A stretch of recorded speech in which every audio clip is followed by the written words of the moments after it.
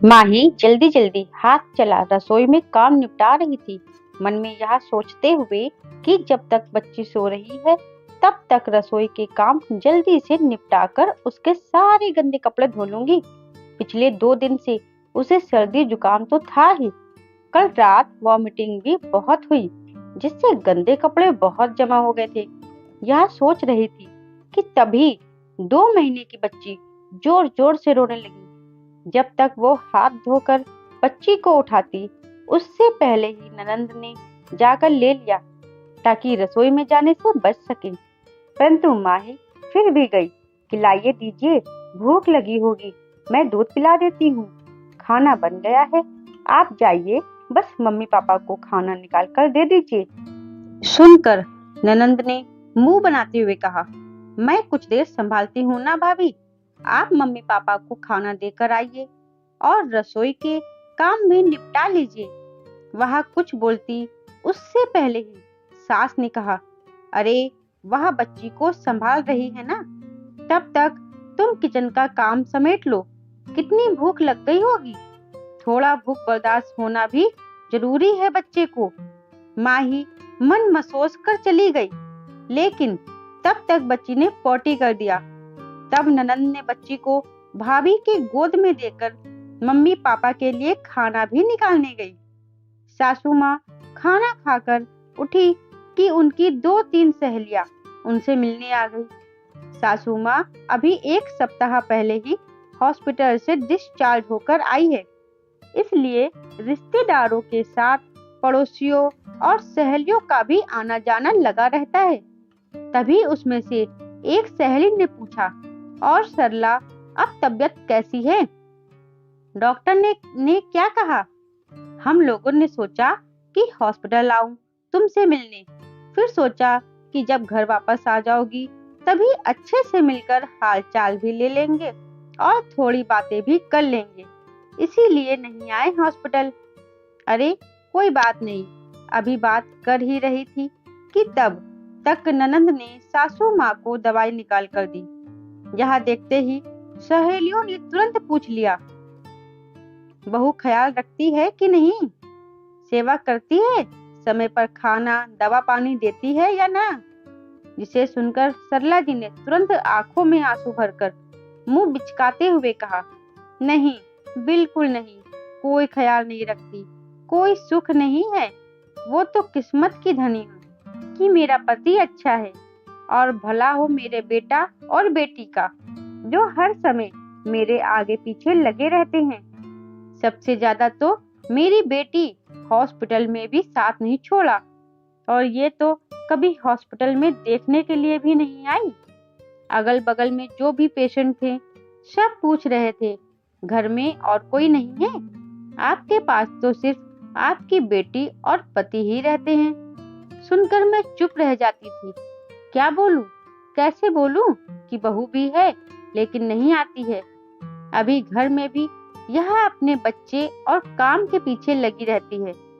दवाई निकालकर मेरी बेटी देती है तो कभी पति देता है। ननंद ने भी अपनी माँ की हाँ में हाँ मिलाते हुए कहा, आंटी जी, मैं अगर माँ को नाश्ता ना दूं तो नाश्ता भी नहीं मिलेगा। हाँ, वहाँ तो देख रही हूँ, अभी तुम ही दवाई दे रही हो। हे भगवान, कैसी कठोर दिल की है तेरी बहू।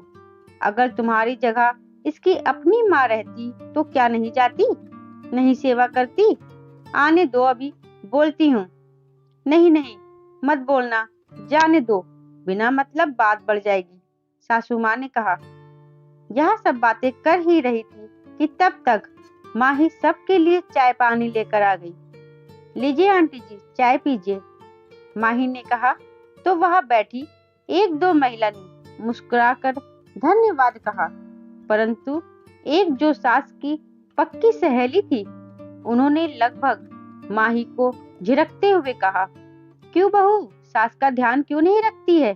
बेचारी मरते मरते बची है, थोड़ा तो सेवा पानी कर कि जल्दी स्वस्थ हो जाए। अगर इसकी जगह तेरी माँ होती तो क्या छोड़ देती? नहीं ना? सुनकर माही थोड़ा चौंक गई। वह कुछ बोलती उससे पहले ही सासू माँ बीच बचाव करने लगी, अरे बहू, तुम बुरा मत मानना, मैंने कुछ नहीं कहा, बस इसे मेरी तकलीफ देखी नहीं गई इसलिए बोल दिया। यह सुनकर माही को बहुत बुरा लगा, क्योंकि यह बातें लगभग रोज की हो चुकी थी। कोई न कोई कुछ बोल ही देते, सुना देते, या नहीं तो नजरों में बता देती कि मैं सासू माँ की सेवा नहीं करती हूँ। गुस्सा आने के बावजूद भी मैंने वहां सामान्य होते हुए बोली, नहीं माँ जी, मुझे बुरा क्यों लगेगा, मैं तो बहू हूँ, और बहू का दिल तो वज्र के समान होता है, जिसे ना तो चोट पहुंचती है, ना ही दर्द, ना कोई तकलीफ होती है। अरे, हमने ऐसा क्या बोल दिया जो तू कहा की बात कहा लेकर जा रही है। सच कहते हैं आजकल कि बहू को ना जरा सी भी सहनशीलता नहीं है। बस जरा सास की देखभाल करने को कहा और देखो तो तेवर, भगवान बचाए ऐसी बहुओं से। तो आंटी ने फिर कहा, तो अब माही को रहा नहीं गया। आप कैसे जानती हैं आंटी जी कि मैं सास की सेवा नहीं करती हूँ?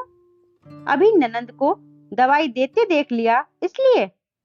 एक बीमार व्यक्ति के पीछे कितना काम होता है, क्या यह आप नहीं जानती? इनसे जुड़े सारे काम मैं करती हूँ। इसके अलावा घर में और भी सैकड़ों काम हैं। मेरे 2 बच्चे भी हैं जो मुझे ही देखने हैं। कोई हाथ नहीं बटाता है। इस सब का कोई मोल नहीं।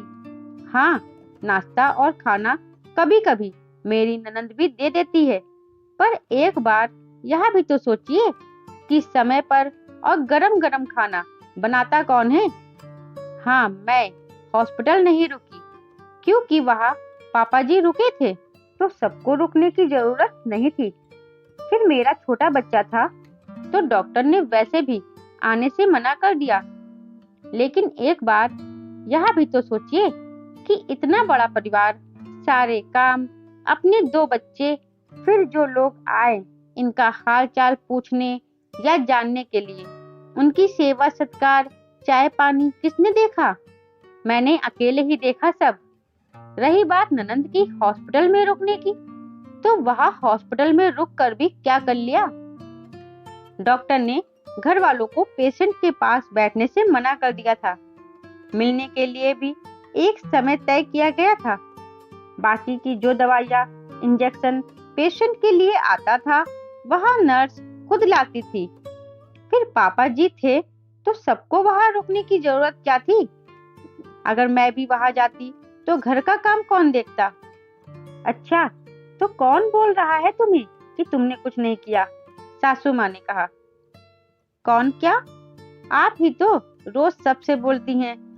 मैंने अकेले इतना काम किया और करती हूँ, किसी को नजर नहीं आया। घर में सबके लिए खाना पीना के साथ हॉस्पिटल में पापा जी के लिए भी रोज खाना भेजती थी। अब भी माँ के लिए अलग खाना और हमारे लिए अलग होता है। क्या उस समय परेशानी नहीं होती? समय नहीं लगता? और पूछ लीजिए ननंद से जरा हमारी, कि अगर मेरा बच्चा रोता रहे तो भी रसोई में आती नहीं है, बल्कि रोती बच्ची को लेकर निकल जाती है ताकि रसोई में ना जाना पड़े। यहाँ तो कोई नहीं देखता, अगर देख भी लिया तो कुछ नहीं बोलता। बस दवाई निकाल कर दे दी, बना बनाया खाना निकाल कर दे दिया, तो वही सब करती है, वही अच्छी है। और मैं सारा काम करके भी बुरी की बुरी ही रह गई, घर वालों से लेकर बाहर वालों तक की नजर में भी। और आंटी जी, मुझे सुनाने से पहले एक बार अपनी सहेली के बारे में सोच कर देखिए। वो बीमार है, उनको डॉक्टर ने आराम करने को कहा है, कम बोलने को कहा है, लेकिन घर से लेकर हॉस्पिटल तक मेरी बुराई करने में पीछे नहीं रहती। अगर अगल बगल के पेशेंट ने पूछ लिया तो ये नहीं बता सकती थी कि घर पर 2 बच्चे हैं, घर में और भी लोग हैं जिसे बहू ही संभाल रही है।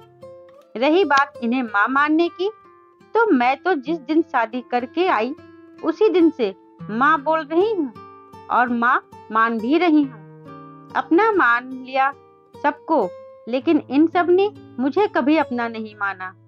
मैं पहले भी पराई थी और आज भी पराई हूँ। माही सब बोलते जा रही थी और उसकी आंखों से आंसू बहते जा रहे थे।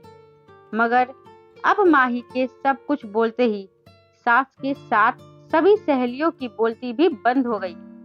अरे क्यों इतना नाराज हो रही है? इतना बोलने की क्या जरूरत है? अब तुम्हारे घर में क्या होता है हमें कैसे मालूम? हम थोड़ी ना देखने आते हैं। वैसे तुम्हारा कहना भी सही है, बोलने की जरूरत है आंटी, ताकि सबको सच्चाई का पता चले और समझ में भी आए कि किसी की आधी अधूरी बातें सुनकर किसी की बहू बेटियों को नहीं सुनाना चाहिए, उसके बारे में बुरा ख्याल नहीं बनाना चाहिए। बोलकर माही अपने कमरे में चली गई। सासू माँ भी चुप हो गई और सभी सहेलियां भी अपने घर को चली गई। और अगले दिन सुबह माही उठकर रसोई में काम करने के लिए जाती है। तभी वहां ननंद आ जाती है और बोलती है कि भाभी लाइए आपकी कुछ मदद कर देती हूँ। यह सुनकर माही को बहुत अच्छा लगता है और वह कहती है, नहीं दीदी, मैं कर लूंगी, आप जाकर बस बच्चों को थोड़ा देख लीजिएगा। आपने यह कह दिया, यही बहुत है मेरे लिए। और दीदी एक बात और, बस यही प्यार और साथ चाहिए होता है हर घर की बहुओं को। और फिर ननंद वहां से चली जाती है और माही अपने काम में दोबारा से लग जाती है। दोस्तों, आजकल सब कहते हैं बहू अपनी सास को माँ नहीं मानती, पर क्या कोई सास आज तक अपनी बहू को बेटी मान सकी है? सोचकर कमेंट बॉक्स में जरूर बताइएगा। दोस्तों, उम्मीद करती हूँ आपको हमारी कहानी जरूर पसंद आई होगी। धन्यवाद दोस्तों।